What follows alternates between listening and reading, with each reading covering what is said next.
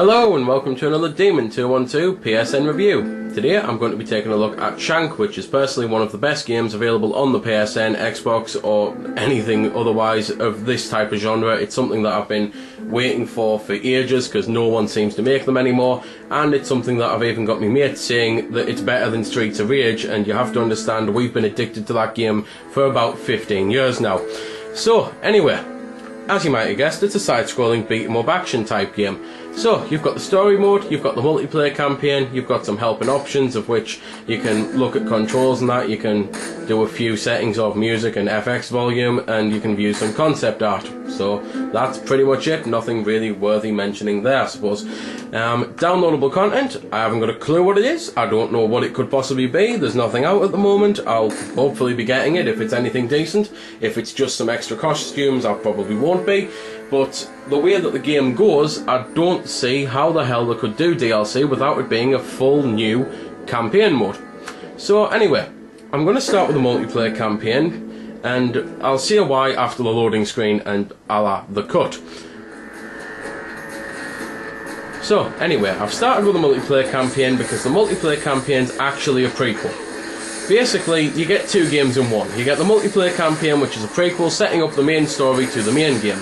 It's a bit of a downside that you can't play the main game in co-op because the game is so insanely good, it would be great if all of it was full co-op. And at the same time, there's probably some people out there really wishing that you could play the multiplayer campaign in one player, because it's not got online, so it is a case of have to play it with someone you know. So if everyone you know hates the game, or you just don't have any gamer friends or anything, then you're not going to be getting the full experience playing this game, and therefore the £10 price tag, the 1200 points price tag, the $15 price tag is going to look pretty steep for only half a game. Because the co-op really is fantastic, and in my opinion it's better than the single player, hence why I really wish you could play the single player co-op. Because it's not that the single player is bad, it's just that after playing the game in co-op, it's kind of a bit of a letdown because you keep thinking, I'd love to have a mate to play this with. So, anyway, as you might have noticed, it's a bit of a bloodfest. The game is over-the-top violence, it's pretty good humour in the cutscenes and that, because there are some cutscenes, but they're not stupidly long. But the dialogue is also pretty hilarious in the fact that it's completely daft and over the top with swearing and that. So for example, in one of the cutscenes you do get "fuck you, you fat fucker" and stuff like that. So basically it's not one for kids. So, a few things to mention. As you might have already saw, in the co-op campaign, if one of you gets killed, then you're not actually dead fully because your mate can come over and help you. If both of you get killed like that, then that's it, it's game over, back to the checkpoint. If one of you jumps off an edge, however, into a pit and dies, then that's game over and back to a checkpoint. You get infinite lives, but the game is still rock hard, especially some of the bosses really do take 5, 6, 7 times just before you can even get a hint of how to beat them, let alone then beating them. It basically does infinite lives and checkpoints in the right way. It doesn't allow you to just constantly come back having already depleted half the boss's health. It forces you to get better until you are good enough to therefore beat him in your one life. You can get some health though from beer bottles, or at least I imagine they're supposed to be beer bottles or whiskey or something, and you just push square over them and pick them up. You can get some grenades as well, and the grenades are excellent, and you can also do things like that and shove grenades in people's mouths. It's very fun to do, but then again the whole game is fun to play. You can do some co-op moves like you just saw there, you can interact with each other, and you can get some unlockable weapons and that. The only problem is, on co-op you can't unlock any weapons at all. You only unlock the weapons in the single player campaign, and as the multiplayer campaign is set before the single player campaign, then you're going to be ruining the story playing it on one player so you can play it on 2 player with all the best weapons and that. So it's an excuse to replay the co-op, because you can play the co-op, then play the 1 player, then replay it with all the cool weapons. Like this shotgun here, because you don't have this to start with.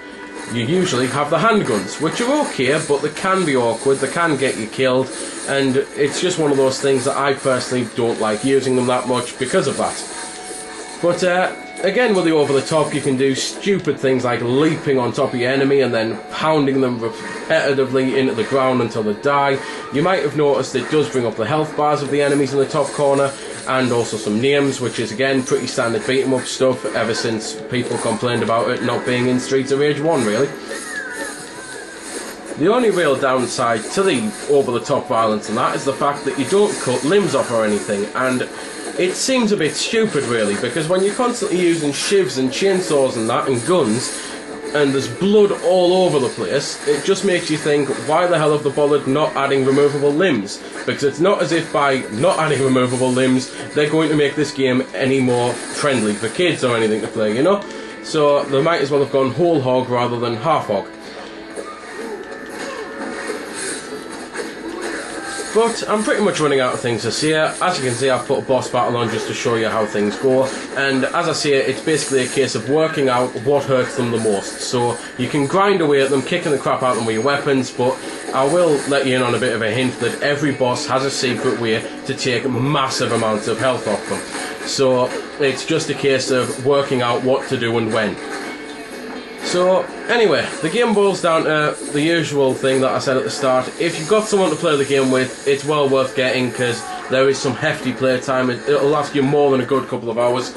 If you haven't, then you can only play some of the game, and therefore it is asking a bit much.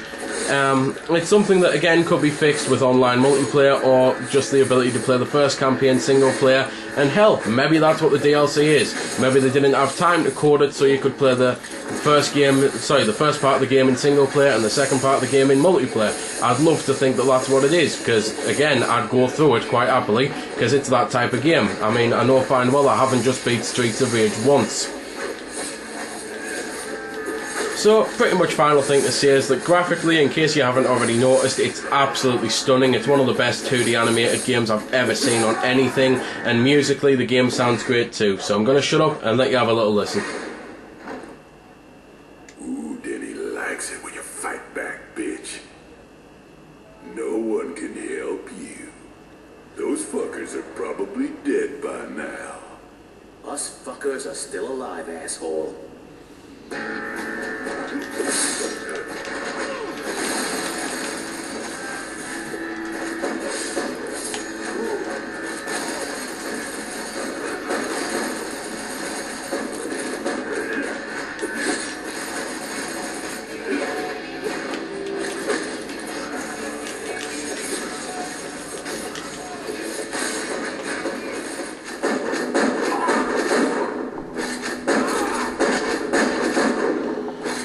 So that was a bit of the music then, and also one of the small cutscenes just to show you what they're like. They're done well, at least I think so, and they don't overtake the game. It's not as if like there's tons and tons of them and you get sick of them.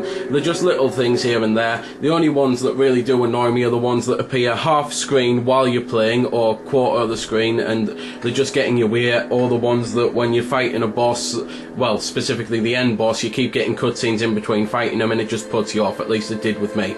So, few things left to mention. As you might have noticed, I'm kind of dressed now in an Iron Man style costume. Basically, by getting a certain amount of kills, by killing with certain weapons, by getting a combo, by beating the game, etc., you can get some cool outfits. And some are better than others, some are a bit crap, some are... it's just one of those you have to look at them and see if you want to play with them.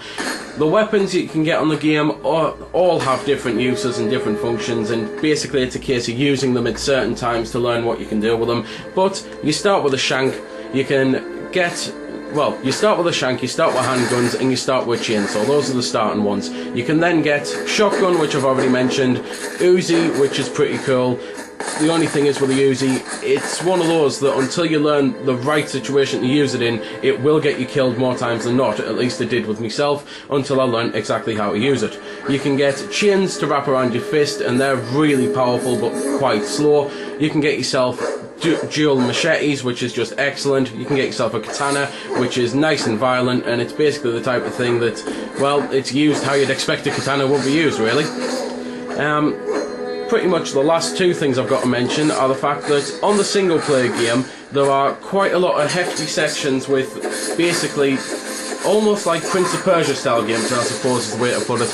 It sees you running on walls, climbing on walls, jumping off walls, climbing on poles, jumping off poles, doing this, that and the other, like swinging on skulls and that, and they're done really well. They don't particularly have any bugs or glitches or anything like that, and it's the type of thing that you don't really get screwed over from, well, the game. It's more a case of that you messed up, which I always prefer that on games. I never like it when the game screws me over. I'd rather be able to blame myself.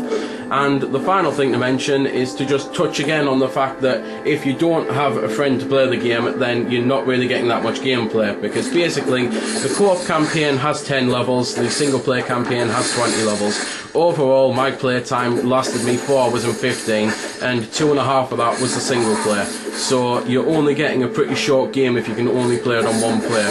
Hence why it's best off waiting until it goes down in sale, because while yes it would be a little annoying to never play the multiplayer period, the single player is so good that when it drops down in price it's still worth a look. So there we go then, that's been the review.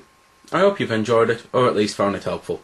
You might have noticed I didn't score the game. Well, that's because it's a matter of personal opinion, and yours may very well differ from my own. I'm just here to show you a bit about the game. If you like it or not, well, that's up to you. If you don't like it, or you do like it, feel free to comment. Also, if I haven't answered any of your questions that you may have had, I might have forgot something, or it might just be something obscure. Again, feel free to comment, ask, always willing to help out. Otherwise, if you don't like commenting on YouTube, head over to www.vc-forums.com, where you can chat with me and a bunch of other lads who love the VC, the WiiWare, and hell, even a lot of other systems. We cater to pretty much everything. You can just go there, have a chat about a game, ask about some games, etc. So until next time, this has been Demon212, signing off.